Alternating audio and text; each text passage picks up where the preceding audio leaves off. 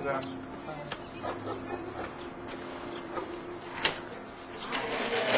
C'est parce que, voilà, il se passe ce que je fais avec 5 enfants. J'ai eu mon voisin qui faisait tout pour moi. Maintenant, il me fait des menaces de tout. J'ai peur de lui.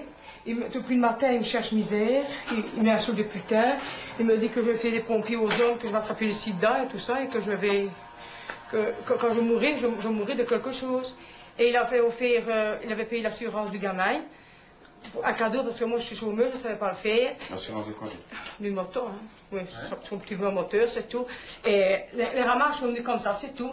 Maintenant, il arrive à 5 heures, il a voulu m'offrir... Non, il m'a demandé, Michel, est-ce que je peux avoir une tasse de café? Je dis, t'as encore l'audace de venir ici me demander du café, après tout ce que t'as raconté à des voisins.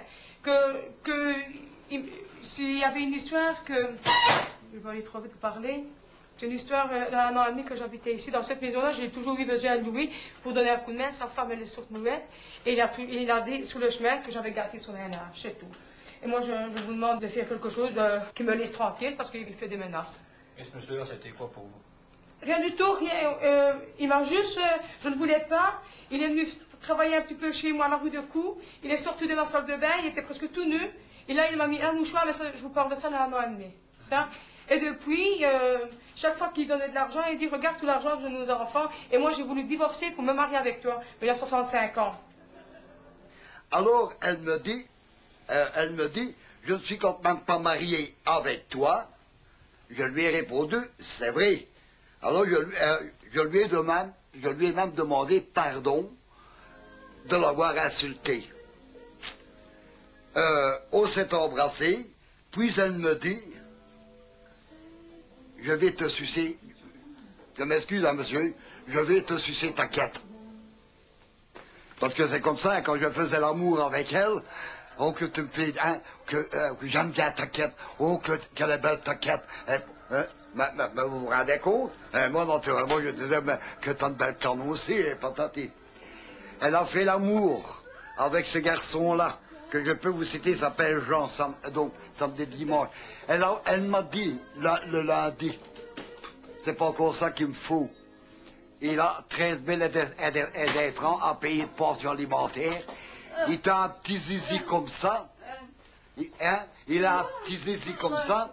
Pour moi jouir, j'ai dû penser à toi. Donc à moi, pour pouvoir jouir avec ce garçon. Mais qu'est-ce que j'avais besoin de savoir ça, monsieur? Je n'avais pas besoin de savoir ça, moi. Hein. Bon. Je me suis laissé faire. Quand cela fut terminé, hein, je lui ai dit que je rentrais à la maison. Alors elle me dit, tu peux me donner 100 francs. Comme je sais hein, qu'elle doit de l'argent à droite et à gauche, je lui ai donné 1000 francs. On était bien remis d'accord. Elle me dit, viens après-midi pour arranger ma garde-robe, hein, qui est cassée. Mais ça, c'est tout pour d'aller. Bon. Ma femme avait des doutes, des liaisons que j'avais avec cette femme. Elle venait ici, Micheline, s'asseoir. Elle ouvrait ses jambes, ses veaux pincés. Micheline.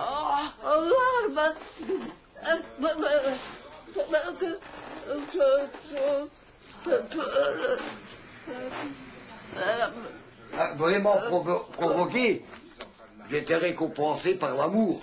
C'est vrai, je suis d'accord. Elle a toujours été d'accord de venir avec moi. Hein? Je ne l'ai jamais forcé, puisque c'est elle qui m'a cherché le premier. Monsieur, je n'avais pas un iota de penser à cela. Parce qu'à ce moment-là, j'en ai autant. Donc je ne pensais, j'avais pas. Mais la tentation, il y avait plus de 2 ans, j'avais eu des rapports. J'ai eu l'occasion, puisqu'elle s'est offerte elle-même. Elle s'est offerte, il n'y a pas de témoin, ça c'est vrai.